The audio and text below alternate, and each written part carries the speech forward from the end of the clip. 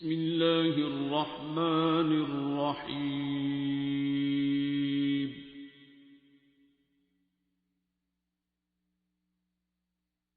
अर्रहमान।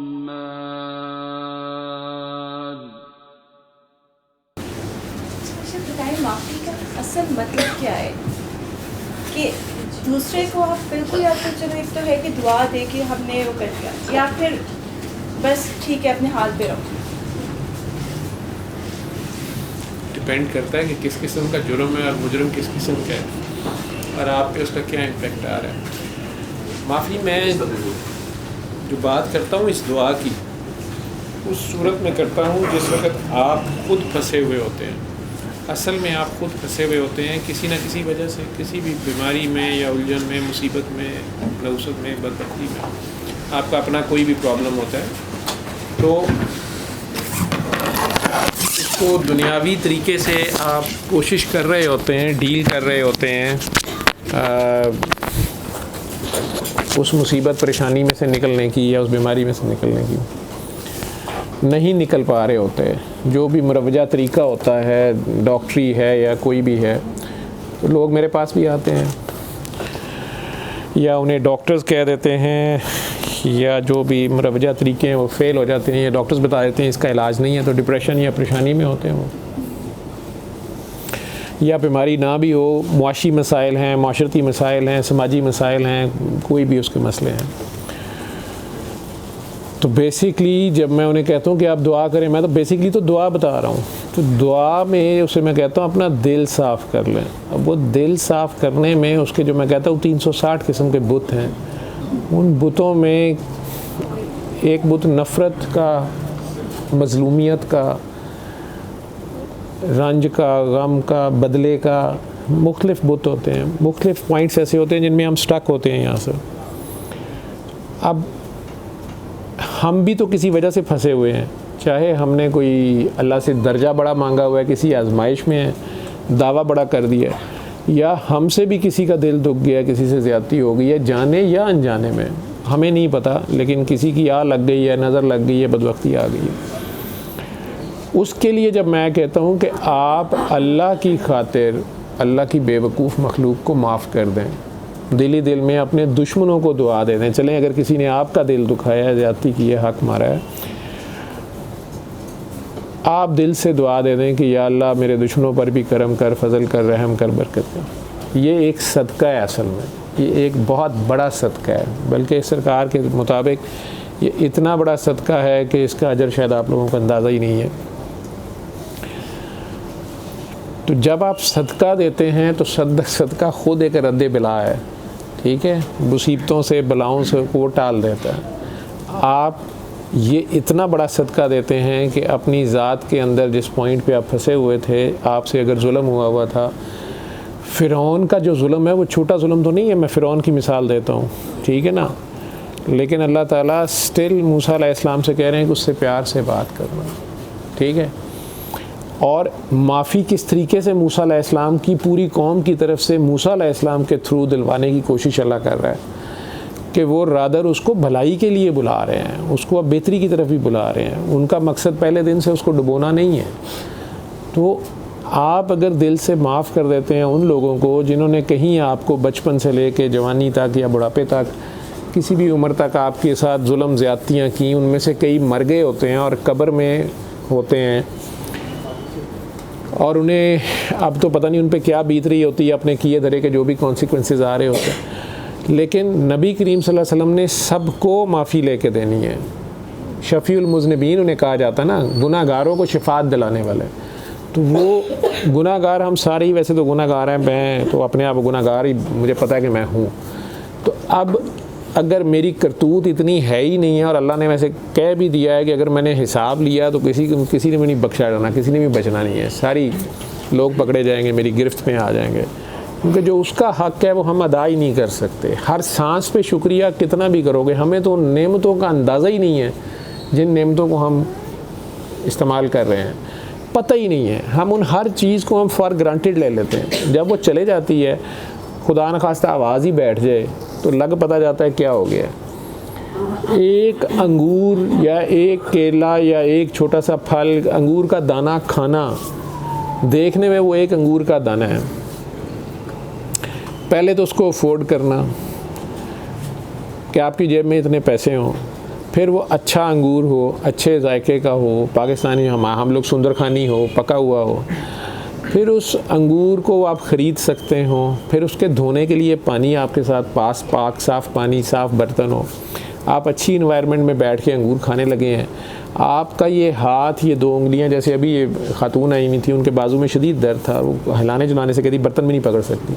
अब वो एक अंगूर का दाना पकड़ना, उसको यहाँ तक लाना, ये ख़ुद एक बहुत ज़्यादा, आप एज ए डॉक्टर समझती हैं कि इसमें क्या कुछ इन्वॉल्व है, कहाँ से न्यूरॉन्स इन्वॉल्व हैं, मसल्स इन्वॉल्व हैं, जॉइंट्स इन्वॉल्व हैं, उनकी सारी कोऑर्डिनेशन, अगर कोऑर्डिनेशन राशा हो गया, पार्किंसनिज्म हो गया, पैरालिसिस हो गया, तो फिर पता चलेगा ये एक अंगूर का दाना यहाँ तक लाना क्या चीज़ थी। उसके बाद अब उसको मुंह में रखना, अब दांत पूरे हों या कम से कम चबाने जोगे हों, फिर ज़ुबान में टेस्ट हो, टेस्ट कई बार चला जाता है, आपको पता है नहीं होता, हमारा टेस्ट या ख़राब हो जाता है, या ये 7th नर्व पाल्सी हो गई या कुछ हो गया। अब उसके बाद उसको चबाना ही नहीं है, उसका जूस भी, उसका टेस्ट, अब उसको निगलना। एज ए डॉक्टर आप जानती हैं कि ये एक अलग प्रोसेस है। फिर एसोफेगस में कोई एक्लेजिया कार्डिया ना हो, ठीक है, कोई ट्यूमर ना हो वहाँ पे, कोई स्ट्रक्चर ना हो, कोई स्पैज़म ना हो, और फिर उसके बाद अब वो मैदे में चला गया, मैदे में जाके वो प्रॉपर डाइजेस्ट हो सके। एसिड मिकदार से ज़्यादा हो गया तो एसिडिटी हो जाएगी, बाइल चाहिए नहीं चाहिए, कोऑर्डिनेशन सारा वो भी कोऑर्डिनेटेड हो, गट में चला जाए, अब वो लिवर उसको प्रोसेस कर सकता हो, उसमें से जो ग़िज़ाइयत है, जो एनर्जी है, उसको वो ब्लड में शामिल कर सके, आगे हर सेल उसमें से ले सके। अच्छा, जो आंत में बिल्कुल पखाने तक बनने जा रहा है, आगे आंत में डका लग जाए, एज ए डॉक्टर आपको पता है कि इंटेस्टाइनल ऑब्स्ट्रक्शन हो जाए, अंगूर खा तो लिया अब, या लुकमा खा तो लिया, ये निकालना अब मसला है। मजाक है ना, किसी ने नान ज़्यादा खा लिए, ऊपर से कॉन्स्टिपेशन हो गई, अब वो ज़ोर लगा रहा है, बात तो खैर फजूल है, लेकिन वो कहें कि या अल्लाह या नान कट या जान कट, क्योंकि अब कब्ज़ बन गई ना, जान बन गई, अब तो जान पे बनी हुई है, कब्ज़ हुआ हुआ है। तो अगर इंस्टाइनल ऑब्स्ट्रक्शन ही हो जाए तो लग पता चाहता है ये कितनी बड़ी नेमत है। अच्छा जी, अब आपने पखाना भी कर लिया तो अच्छा फ्लश सिस्टम हो, आपका गटर सिस्टम काम कर रहा हो सारा, आगे सीवरेज सिस्टम शहर का कर रहा हो। पिछले दिनों सफाई वालों ने हड़ताल कर दी थी, 2 दिन में पूरे शहर को लग पता गया था, ठीक है, और आपका सीवरेज सिस्टम आगे पूरा काम कर रहा हो, और वो आगे डिस्पोज ऑफ हो जाए या खाद बन जाए, व्हाटएवर। इसमें कितनी नेमतें हैं एक दाने में। अभी भी ये वो है जो जितनी को मेरी छोटी सी अकल समझ है, तो रब भी जानता है कि क्या है, ठीक है। और हमने क्या रिसाइकल करना है और सारा कुछ करना है, वो जो हमारा एक्सक्रीटा होता है या सीवरेज होता है, अल्लाह उसमें से वहाँ बहुत सी मखलूक इंतज़ार कर रही होती है, उसमें से बहुत सी मखलूक खाती भी है, उसका भला होता है, फसलों तक जाता है, और फिर वहाँ पे वो खाद शाद बन के, नई सब्जियां बन के फिर आप खा रहे होते हैं। ये सारी उसकी नेमत है। तो इसका मतलब है there is some lord, there is some creator,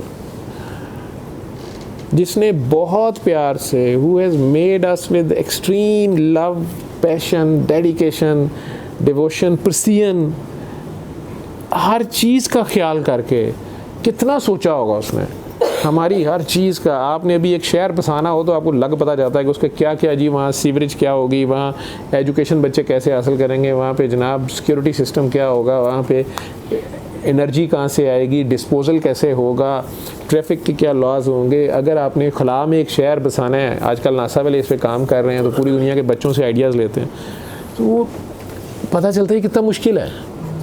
और यहाँ ज़मीन पे हम कई प्रोजेक्ट्स करते हैं तो बाद में एक छोटा सा घर ही अपने लिए बनाते हैं और समझते हैं घर तैयार हो गया, घर में शिफ्ट होते हैं तो फिर बहुत सी चीज़ें पता चलती हैं, हो ये नहीं है, वो नहीं है, शिफ्ट तो हो गए हैं, ये नहीं लाए, वो नहीं लाए, ये रखो, वो रखो, ये बनाओ, वो बनाओ, ये नहीं सोचा, वो नहीं सोचा।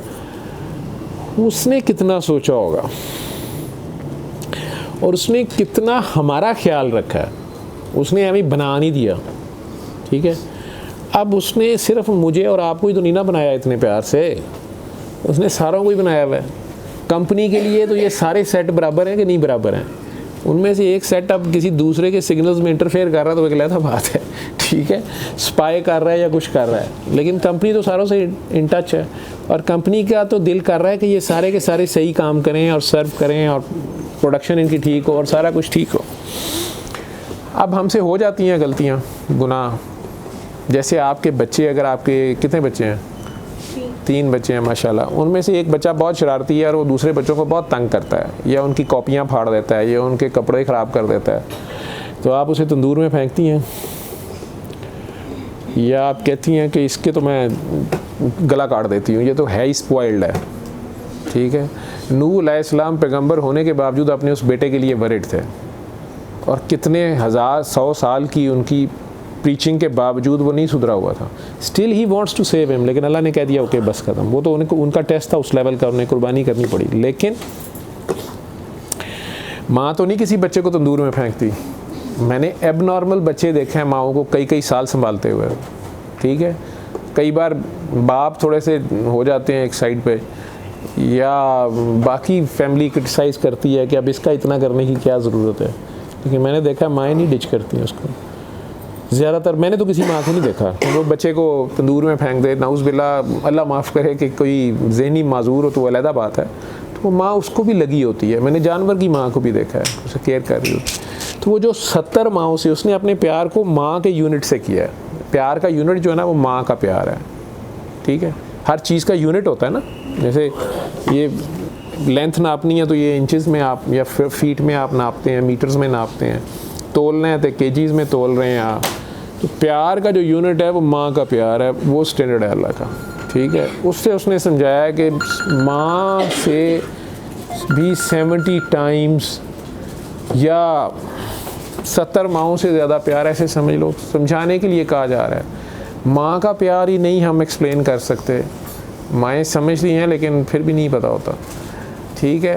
तो वो जो 70 माओं से ज़्यादा प्यार करता है वो आपसे तो करता ही है, लेकिन जिस शरारती बच्चे ने, जिस बदबख्त बच्चे ने आपका दिल दुखा दिया है, माँ बचाना तो चाहती है कि नहीं उसको, ठीक है। आप बचाना चाहती है ना अपने बच्चों को, अपने बच्चों के लिए आप कंसर्न है ना, ठीक है। इसी तरह वो माँ भी तड़पती है कि है ये है ही ख़राब है, लेकिन तुम इसे मेरे पे छोड़ो, मैं देखना मैं इसका टांगे तोड़ दूँगी, लेकिन करती कुर्ती तो कुछ नहीं है, ठीक है। तो वो जो हमारी आपस में रिफ्ट या रिवेंज या जो कुछ भी इकट्ठा हुआ होता है हमारे दिलों में, वो दूसरे का तो जो बिगाड़ता है या नहीं बिगाड़ता, हमें भी हमारा भी काम ख़राब कर रहा होता है, हमें भी, हम टग ऑफ वार में हमने भी रस्सी पकड़ी होती है ना। तो इसको आपका जो क्वेश्चन का ब्रीफ आंसर फाइनल उस पर आ जाता हूँ कि अगर एक सांप को आपने सड़क पे देखा है और दूध पिला दिया आपने उसकी पट्टी की है, उसके ऊपर से गाड़ी गुजर गई थी या आपने उसको इलाज किया है उसका, और जो ही ठीक हुआ उसने आपको डंग मारा और बिल में घुस गया, अब आपको दुख तो बड़ा होगा कि यार इसको इसकी मैंने केयर की, इसको मैंने पट्टी की, इसको खाना खिलाया, दूध पिलाया, सांप को ये किया, इसने मुझे डंग मार दिया, ठीक है। अब एक तरीका तो ये है कि पेट्रोल पकड़ें और उसके बिल में डाल दें, आग लगा दें, या डंडा लेके तो वहाँ बैठी रहें कि पुत्र निकल बाहर, ठीक है। तो पेन में तो आप रहेंगी ना, आपको अपनी पेन याद है और आप अपनी उस पेन में हैं, आप डबल पेन है आपको, एक तो उसने जो डंग मारा है या काटा है वो है, ऊपर से जो आपने भलाई की है उसके बदले में जो उसने बुराई की है वो बहुत बड़ी पेन है। एक हल ये है कि आप कहें कि अल्लाह मैंने इसे माफ़ किया, तू इसको पूछ, ये बहुत ख़तरनाक हल है, ठीक है।